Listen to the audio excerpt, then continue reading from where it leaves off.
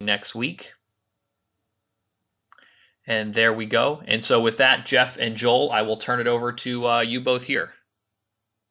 Excellent. Thanks, Adam. Welcome, everyone. Thanks for joining us. This is Jeff Graves, and on with me today is Joel Steidley. We are cloud technology strategists with the U.S. Hosting and Cloud Services team. We're going to talk a little bit about backup and disaster recovery for service providers and the offers that Microsoft has available in the CSP program through Azure. So when we're talking about the causes of disasters, it's important to understand that most are caused by operational failures or human events and not natural disasters. Power failure being the #1 cause, followed closely by hardware failure. And you can see human error accounts for almost 13% of IT disasters. It's also important to understand the cost of downtime, and that without strong backup and disaster recovery solutions, businesses are exposed to risk. Up to $2.5 billion annually in costs for Fortune 1000, with an average hourly cost of up to $1 million for the failure of a critical application. Infrastructure failures can carry a cost of almost $100,000 an hour. Thinking about these types of disasters, your customers need protection for both disaster recovery and backup. Disaster recovery when applications suffer catastrophic failure so that they can run in Azure or a secondary data center, and backups for restore when data is corrupted or lost. Azure can really help streamline both of these processes through Azure Site Recovery and Azure Backup. Azure Site Recovery provides orchestration for replication and failover, as well as acting as the DR target for workloads. Azure Backup supports the backup of on-premise workloads to cloud storage and can also protect Azure cloud instances directly. So let's dig into Azure Backup. Backup is a key challenge in the modern enterprise. Research indicates that despite data protection being one of the top 3 priorities for the last 5 years in a row, several major challenges remain unsolved. This is because apps and their delivery have led the revolution in the modern data center while leaving data protection to play catch up. So let's dig in. IT organizations are beset with a perfect storm in data protection today. They're really hit from all sides. On the one hand, they have a rapid increase in SaaS technologies and adoption of cloud, where traditional data protection paradigms don't apply anymore. On the other hand, in data centers controlled by IT, there's a profound transformation of data center modernization. They're forcing IT to reconsider older paradigms. They can't rely on unreliable and rigid legacy methods such as tape backup anymore. They don't provide the agility modern apps admins demand. And what these challenges mean for IT organizations is that they need to adopt multiple data protection technologies. One recent survey said that more than 60% of organizations envision that they'll have at least 4 data protection solutions in their environment by 2017. These point solutions come with multiple management solutions, adding to the complexity. IT departments have also have to contend with an explosion in backup data, which often translates to budget challenges. There are multiple copies of backup for each piece of production data, and hence while production data grows exponentially, backup data necessarily grows even faster. Storage and backup vendors claim to have a solution, but often very limited in the number of critical applications that they can protect, and the level of protection and retention levels really leaves much to be desired. Their adoption only serves to increase the number of point solutions and adds to the complexity. And the final aspect of complexity is really driven by remote and branch office of enterprises, where the pressure to adopt direct-to-cloud paradigms is extremely high. But cloud adoption is really hindered by heterogeneous nature of the workloads and the approach of using cloud as a storage target or another data center usually causes more problems than it solves. And Azure Backup really aims to solve these challenges for your customers. So Azure Backup is built from the ground up to be a cloud-first enterprise backup solution.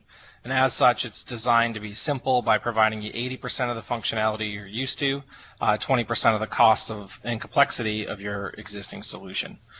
It's also designed to be reliable and durable back-end, which is backed by enterprise-grade Azure SLAs.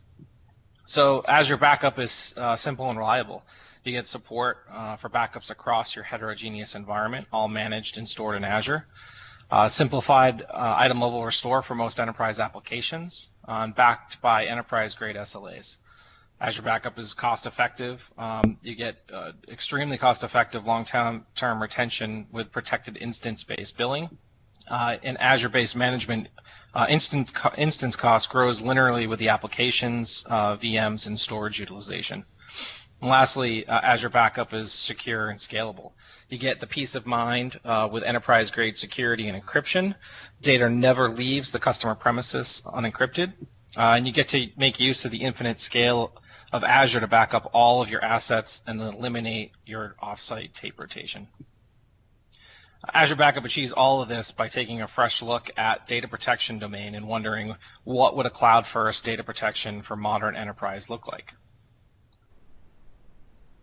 It really addresses all the major challenges facing those IT organizations, aims to offer a consistent management experience regardless of the backup scenario, delivers backup and storage as a service directly from Azure, lets you leverage near limitless scale of Azure to deal with the explosion of backup data, offers solutions for heterogeneous data protection scenarios across the modern enterprise, irrespective of where the app or the data resides. You get enterprise application backup for primarily Microsoft workloads and virtual machines, replaces tapes with Azure at a much lower TCO and better manageability and agility. Supports branch office and remote office scenario, and also protects born-in-the-cloud applications with direct backups of Azure IaaS VMs. So at the heart of Azure Backup, it's really a radical cloud-first architecture. Backup and storage are delivered as a first-party as-a-service offering. So when we talk about this, how is this different than what every other vendor is offering for cloud backups? Well, most cloud and backup vendors offer a duct tape solution. There's really two variations of cloud backup offered by the vendors. First one is really cloud as a storage target, and the second is cloud as another data center using IaaS services. But both of these approaches are very limiting. With cloud as a storage target, you have several issues.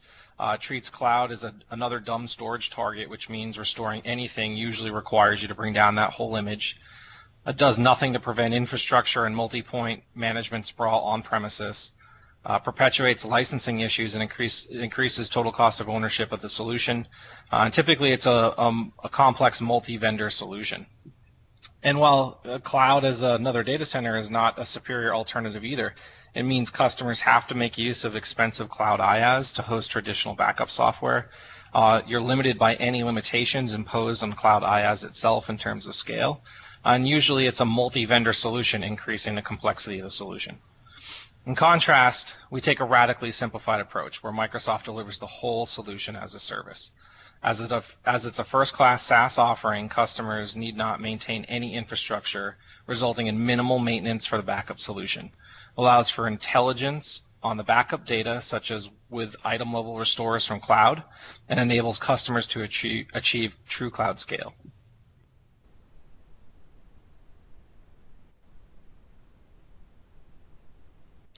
And there's several benefits that are really unique to Azure Backup due to its cloud-first architecture.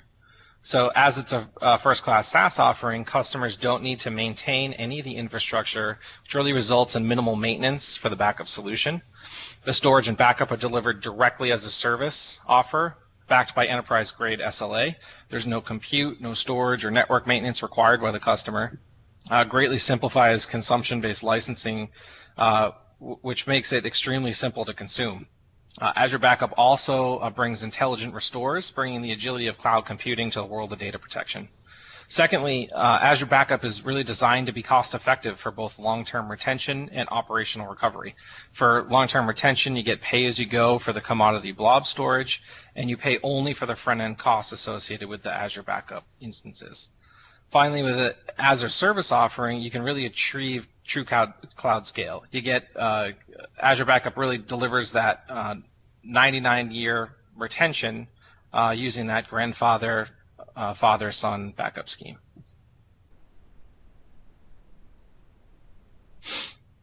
So to summarize how Azure Backup's cloud approach is different, you get cloud. Typically, you have cloud as a storage target, which you still have on-premise infrastructure. There's still license costs associated for Windows. You still have license costs associated for your backup software, and you're still going to incur standard network infrastructure costs like egress data. If you're using backup software in IaaS, you still have those high cloud compute costs. You still have those license costs for Windows Server. There's also the cost for the backup software, and you have limitations on that infrastructure scale. But the Azure Backup approach is really delivering backup as a service. You get pay as you go. There's no backup infrastructure to maintain. There's no additional compute network costs. There's no egress costs for restore. It can be self-service, and you get centralized management from the cloud. So let's take a look at a couple of the scenarios that Azure Backup solves. The first one is really enterprise backup to protect on-premises data. So this gives you the ability to protect enterprise workloads like SharePoint, Exchange, SQL, and Hyper-V VMs. You eliminate tape with cloud backups, saves money and reduces recovery times.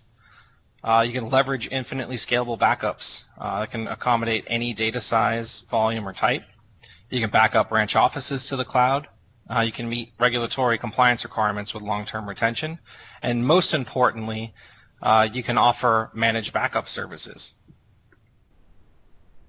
The second scenario is really around the IaaS VM backup to protect data already in Azure. You can create consistent application backups of running Windows and Linux VMs without impacting users. Quickly recover from application or human errors that corrupt data. You can back up offline VMs to maintain a complete repository, and again, meet regulatory compliance requirements with that long-term retention. So what about specifics for a service provider? So for that first scenario, the enterprise to cloud scenario, effectively dedicated CSP provision subscriptions ensure that your customer data and keys remain segregated. You can define unique policies and storage targets inside of each of those subscriptions. The RBAC model inside of Azure Resource Manager is limited initially, giving you just effectively owner, contributor, and reader permissions. We're looking to expand that in the future. Optionally, you can give customers control. That is up to you as a service provider in terms of what level of access you give to the subscription. You as that service provider have complete control over the subscription and the offer. Allows you to create separate backup vaults and storage accounts per customer and potentially multiple vaults and storage accounts per customer workload. You can create or you can protect Hyper-V. You can also protect VMware through Data Protection Manager, protects Azure VMs, works both Windows and Linux VMs, and supports Microsoft apps on client machines. You get up to 99-year retention. And Azure Backup provide that control plane and backend for your offsite backup, catalog, and vaulting. And it's really charged on a per instance, per month, and plus the consumed storage. So the second model is backing up Azure IaaS VM. So the specifics for a service provider here, really it's a very similar model where you're provisioning CSP subscriptions. Those backup vaults live inside of those customer subscriptions along with their storage accounts. Again, you get the same RBAC model, long-term retention, and application consistent snapshot capabilities. That is Azure Backup in a nutshell. I'm going to turn it over to Joel Stidley, and at the end here, we'll follow up with some Q&A. Thank you, Jeff. Wait for this to switch over. So Jeff did a great job talking about backup, and backup is no doubt super important to your end customers and really everyone. But Azure Site Recovery takes this even a step further in providing even more rich services along with backup. So we're going to take a look at Azure Site Recovery. And Azure Site Recovery gives us a lot of tools to be able to offer differentiated services to our end customers. It can be as simple as a data center extension from a service provider into Azure. It can be a data center extension from a end customer into Azure, but it provides that cloud option for being able to manage and monitor and use these services from there. We can do data replication constantly to that public cloud. We could do that between partner data centers and also customer and partner data centers as well. And we could build these tools, or take these tools to build services around recovery, testing, and migration, all with these cloud tools rather than kind of cobbling these together on our own.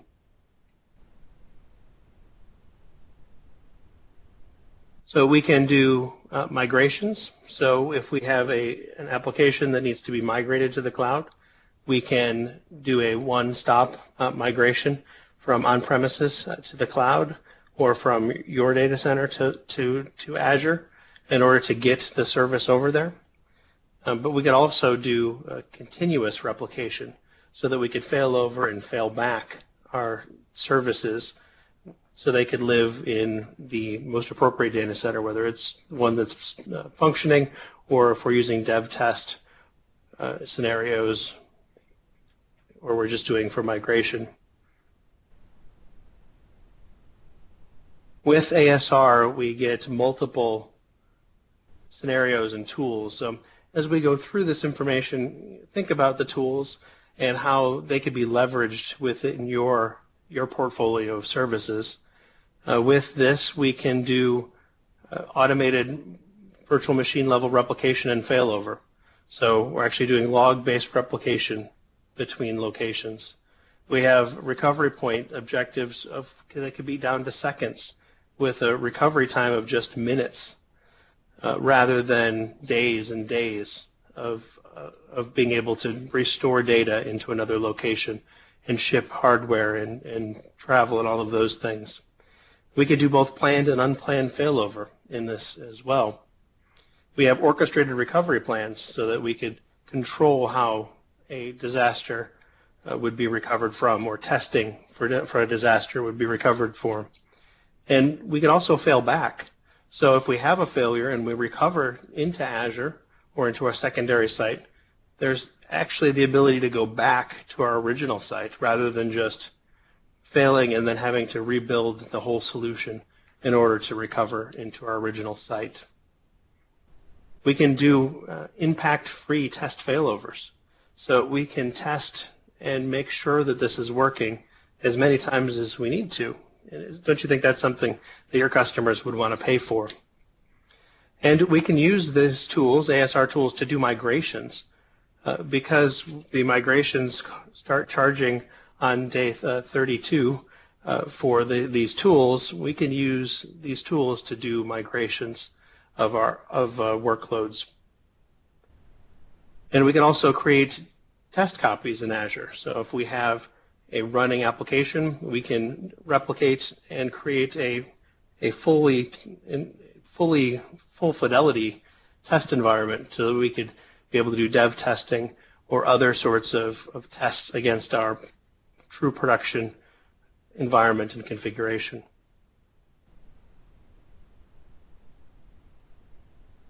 So when you're looking at putting together Azure Site Recovery practice at a service provider, we have a number of ways to do that, and we have a number of scenarios that we support. We'll first start talking about the Hyper-V solution and using Hyper-V as our base hypervisor. As we see here, we have an overview of what this looks like, and we have multiple hypervisors on the bottom at the hoster and multiple, perhaps, private clouds dedicated to each of our customers, and we're able to take those private clouds and with Hyper-V Replica actually back those up or recover those within Azure. So each of these private clouds would get a subscription within Azure and CSP so that they would be able to replicate and be able to fail over into that environment. And there is an ability to allow sub-control for the individual customers, but this would allow you to build a service very seamlessly to do this replication from your maybe cause and deployment into Azure and provide this full fidelity Azure Site Recovery service and allow your customers to fail over into Azure or to migrate into Azure. Now, we don't only support Hyper-V, we also support VMware guests as well as physical hosts as well, so physical machines. So not only can you create an ASR solution around Hyper-V, but we have support for VMware and physical machines. So you can have a full portfolio, a fully utilizable solution so that you really cover all your bases on what you're hosting on. You don't have to be hosting on Hyper-V. You could be hosting on VMware or physical servers and still provide this ASR service to your end customers and provide separate subscriptions for each of your end customers so that they could do failover and testing within that. Hey, Joel, and just one question, too. This is all available on CSP now today, correct? Yes, it is. Terrific. Thanks.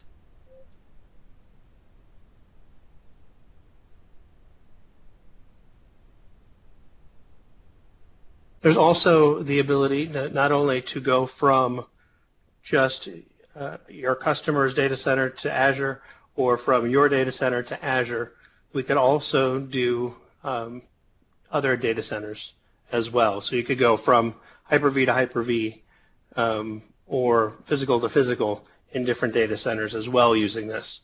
So if there's a use case where Azure isn't the right endpoint for the failover, perhaps because of just location or data sovereignty requirements, you can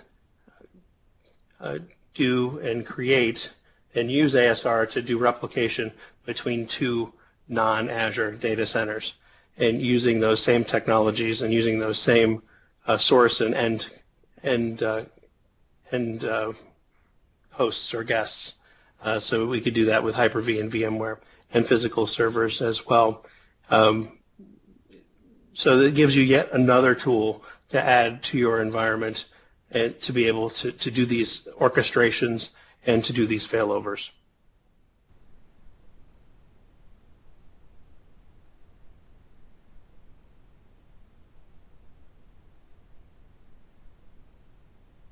And what we'll see very soon is also Azure to Azure being able to do ASR between. I don't believe that has released as of yet, but you can take an Azure region and do ASR to another Azure region and provide the same service into different locations within Azure, really providing a full site recoverable Azure solution that is separate and would work for people that are looking for disaster recovery, all within the cloud, and that is coming eventually. I don't have a date on that yet, but that is coming.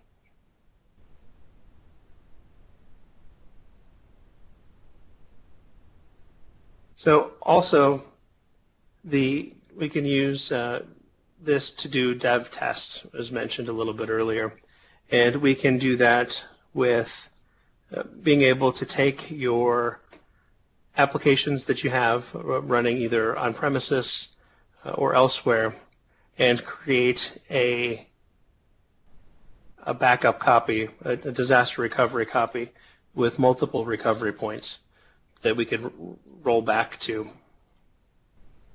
And then as we need to do a test, maybe customer would like to do a test to make sure that a new version of their application is going to work, or new code is going to work, or some other change control process needs to be done.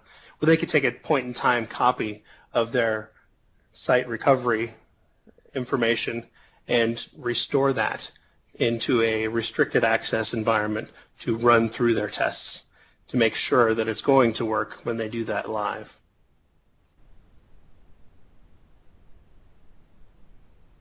So we're not risking our production environment. We don't have to activate our DR copy, thus invalidating it. We can actually create a copy of that so that it's completely separate and not affecting that. So as you think through kind of the service offerings that your customers are asking for, would they like something along these lines? I'm sure many of them would think it would be great, but how can you monetize that, and how can you sell that to them?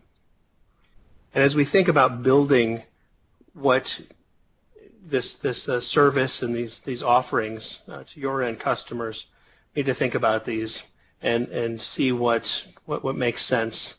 And so even though it is a cloud service, there are a lot of opportunities for additional managed services and additional non-recurring revenue options in order to help them as well, besides just the Azure consumption. And there's two different scenarios that we'll take a brief look at in a couple slides. But as we think through this and building our services, when the customer or end customer looks at offering or using ASR, they're going to need assistance. So they're going to need help building recovery plans. So they have an application running that has 10 virtual machines and a couple of physical machines. How does that failover process work? What network changes need to be done? What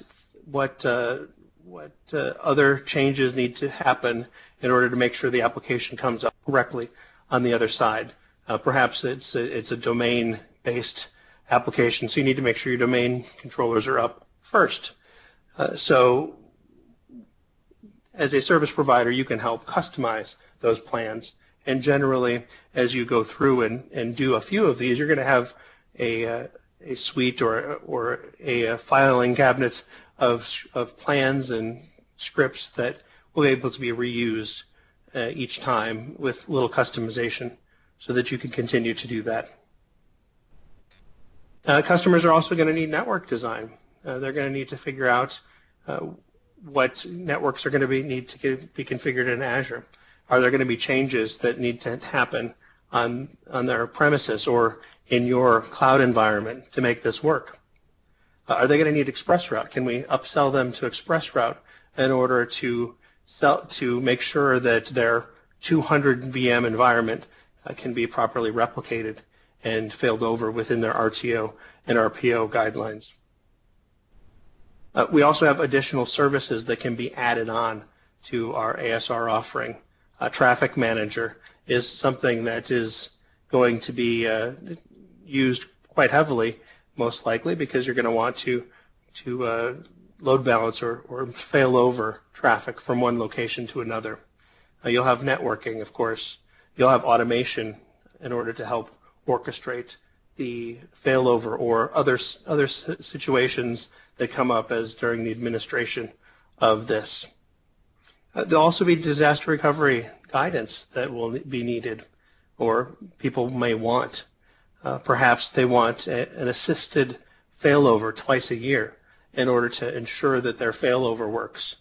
So perhaps offering services around helping do that without having to buy a bunch of hardware and ship tapes, because this is all cloud-based.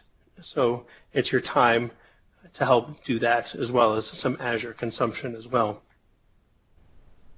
There may be other hosting solutions that are needed, perhaps things that are not supported within Azure, such as mainframes or large Unix systems that would need to be physically hosted somewhere and managed. And also enabling cloud-powered development. So we talked about dev test. How can we replicate their applications or migrate their applications and test their applications? And are there services that they need in order to help them get that done so that they can consume more resources and also increase your MRR as well?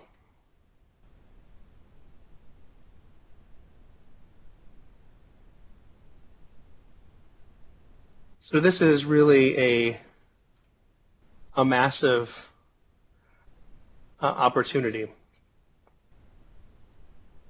because there are applications everywhere that need to be protected. So we've got applications that are single tenant or single location today, and it's complicated to do their failover. And what we can offer as CSP partners is the assurance or that better feeling with an SLA that you're going to be watching their application and make sure that it's monitored and that it has all the resources that are required.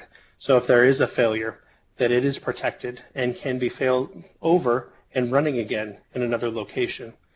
Many people that are located in hurricane-prone zones or regulated in some way are given guidance on providing some sort of failover and being able to recover from their environment. And with a service that is cloud-based, we can provide them with a lot of that and a low price point, but yet still make money and make sure that we still provide access to their website, to their data, and make sure that their company is still working in case of a failure. So why should you use Azure as your basis for your Azure Site Recovery? Well, it's because you're using cloud scale here. You don't have to buy a bunch of data centers all over the place along with all of the capacity for that. It's very efficient. So we're offering block level and compression in order to make sure that we use as low bandwidth as possible. And you're using Azure-based compute, storage, and network. So your infrastructure costs are very, very low. We give you the ability to do failover and tests at any time and anywhere that doesn't disrupt your primary environment. So you don't have to take the whole thing offline in order to do those tests. It means you can offer it as a managed service. You can give your customers that peace of mind, of course, with them paying you for their service, that your service is going to work. It is one of the most wide-based platforms available anywhere.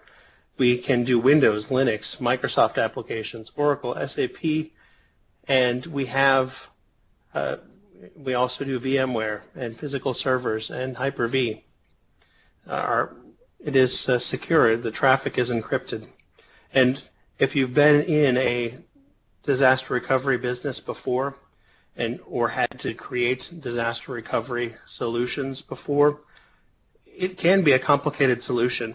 But the way that it is packaged with Azure Site Recovery, you've got all of the tools you need right there for one control panel with one set of tools, with one set of support that makes it very easy to customize and to manage and be able to get support from that too. And if you look at all of the other things on the market, you can see that a lot of them require, well, you do this on this case and you do that on this case in order to make it work. Well, Microsoft has made it easy by packaging all these things together.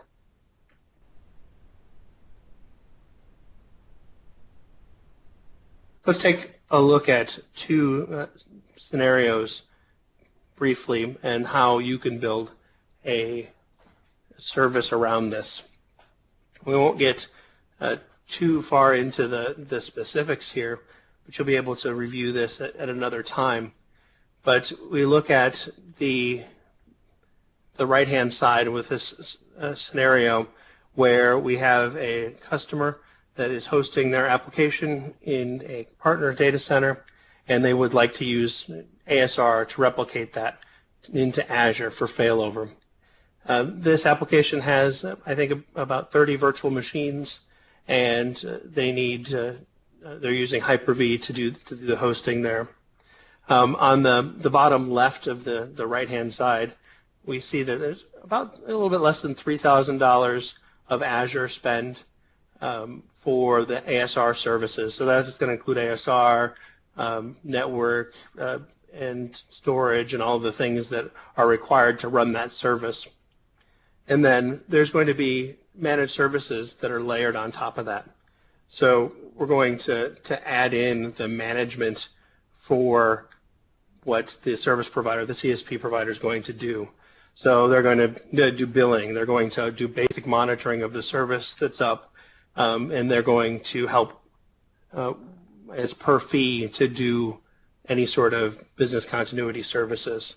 And then they would be able to do non-recurring revenue fees to do part of the setup and configuration and also test failovers. This scenario looks a little bit more of a visual view of this. On the left-hand side, we've got the virtual machines, these 30 virtual machines on Hyper-V using Virtual Machine Manager as the management agent for that. They're buying ExpressRoute, and they're replicating that over into Azure.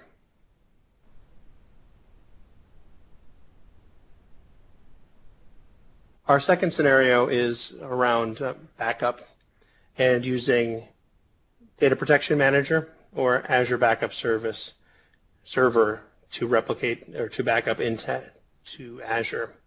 So this is not ASR. This is backup based, and we've got a similar chart on our right-hand side. Starting to the bottom left-hand side is the costs associated with what we're going to pay to Azure for Azure spend. So this is backup instances and storage essentially to do the backup. So we're at under $600 for that monthly, but with managed services of offering the service to the end customer and doing basic monitoring of the service, billing, all of those things, we have a 25% margin.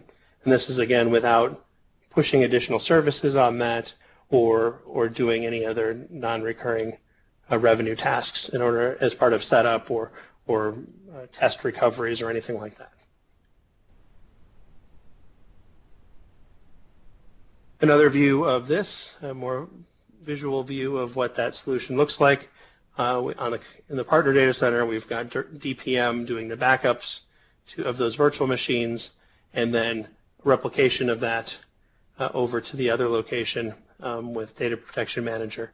And we can then restore our services using DPM on the other end.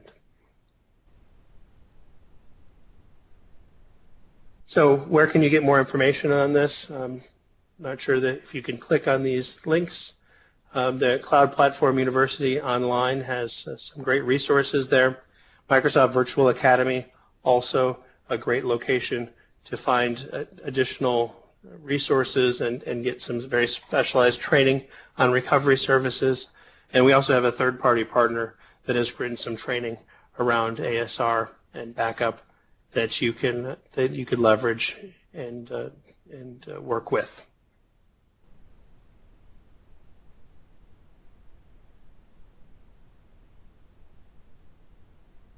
That leads us to the end of our backup and ASR content, but what questions do others have?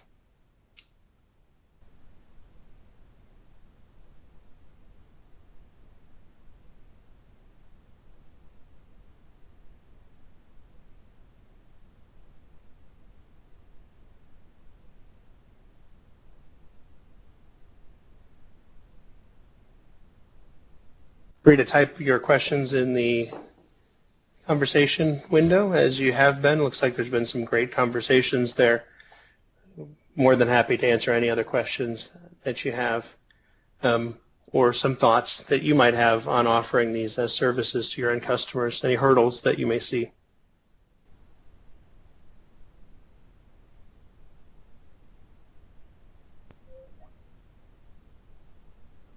We just unmuted the audience there too. If anybody has any questions they want to ask over the phone, please do that as well. So it looks like Peter had a question about how those backups work. Effectively, it is a forever incremental backup using Azure Backup. So you're only sending change blocks, and then you define in the policy what that retention period looks like and how often that you want to take those snapshots. You can define daily, weekly, monthly, yearly type of retention plans.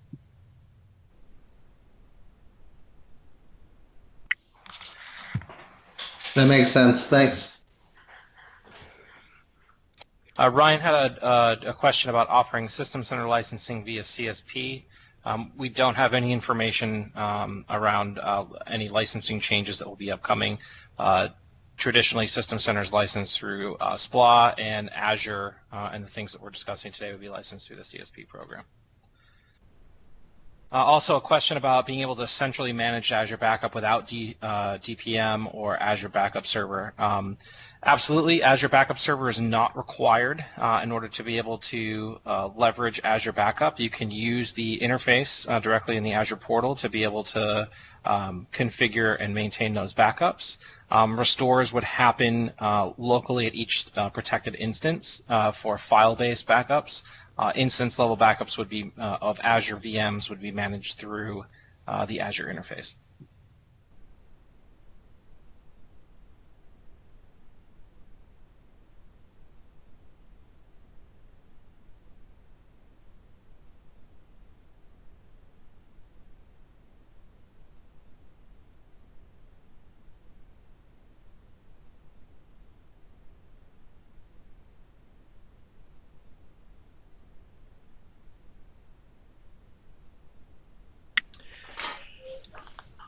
So if there aren't any other questions, and we'll stay on for a couple of minutes if you do have a question and just need to come off mute. But want to make sure you're also aware that Module 6 will be starting at 3 p.m. Central Time, focused on SQL on Azure infrastructure. And just drop the information there in the window. You will need to join a separate meeting. We've broken out each of these meetings into its own Skype session. So please join that one at 3 o'clock.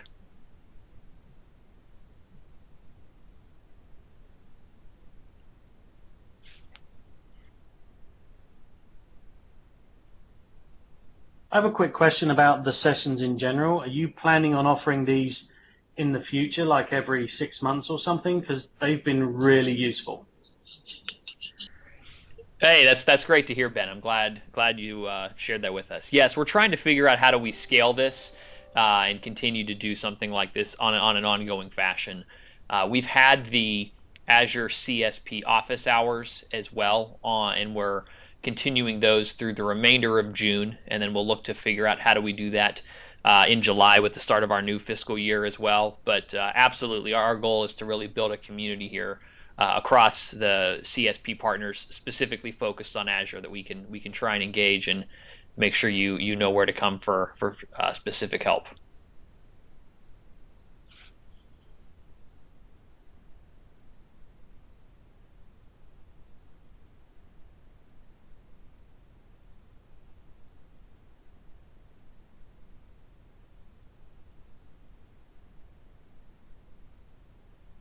So Ken had a question about backup failures in a central portal for Azure Backup. It is possible to view this information on a per job basis. The best way to monitor that today is actually using System Center Operations Manager to query the APIs and see that information. There is a view to see those backup jobs, whether they've been successful or not successful. But again, the best way to monitor that is actually through Operations Manager querying those APIs.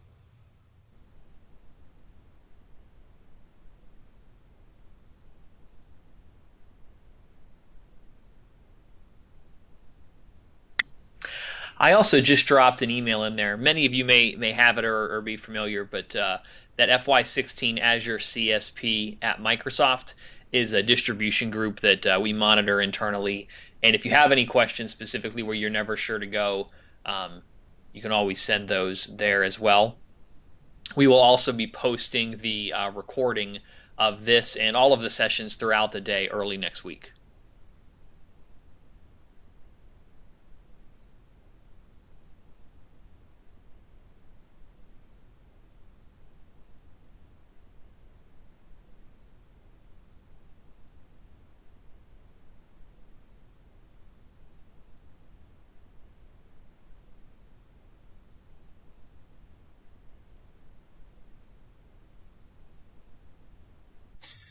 Question about a Yammer site specific to Azure Backup. I believe there is. I don't have that offhand, but I can get that information, make sure that we get that over to you.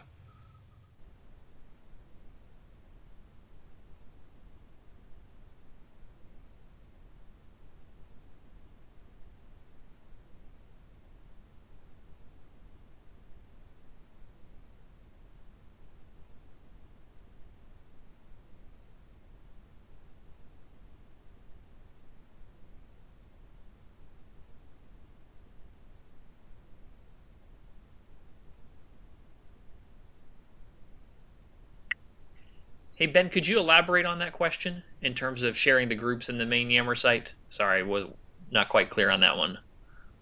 Well, the question was, is the Yammer site specific for Azure Backup? And you said there is. Well, there's also a general Yammer site for CSP. You could put those links to all the different groups in there. That make sense? Yeah, got it. Yeah, we can try and yeah, and share those. Yeah, I see what you're saying. Yes, yep. Because I'd like them too, and rather than just say, hey, email me, you could just put it somewhere we can all get it. Yeah, absolutely. No, great suggestion.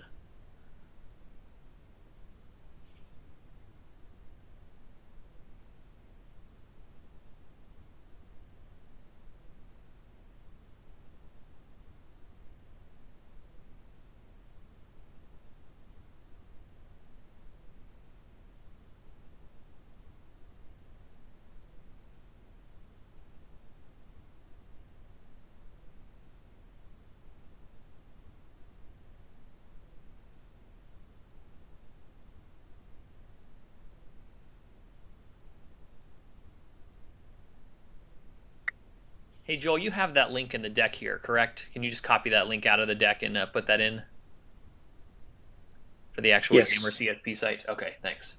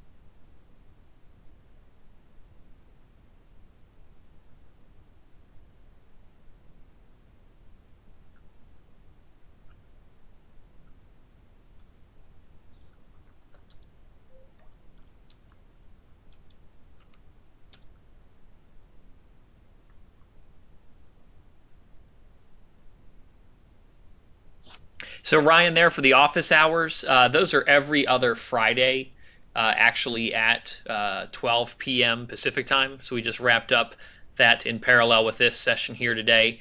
If you email that Azure alias mentioned above, I'll reply and forward you the invite there. And the same for anyone else on the call that would like that. Just send an email to the that alias, and I'll reply with the invite there.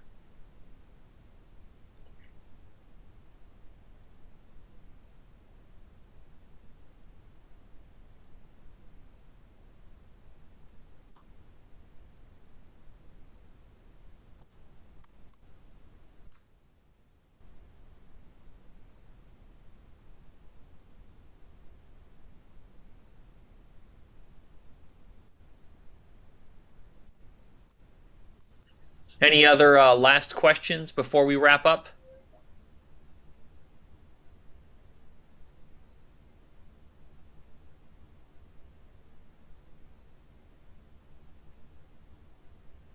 Terrific. Well, thank you all for joining. Really do appreciate it. Thank you for the great dialogue here. Joel and Jeff, thank you so much for the excellent overview of Azure Backup as well as ASR. And once again, keep an eye on the lookout for the recordings. We will post those early next week. Thanks again. Take care.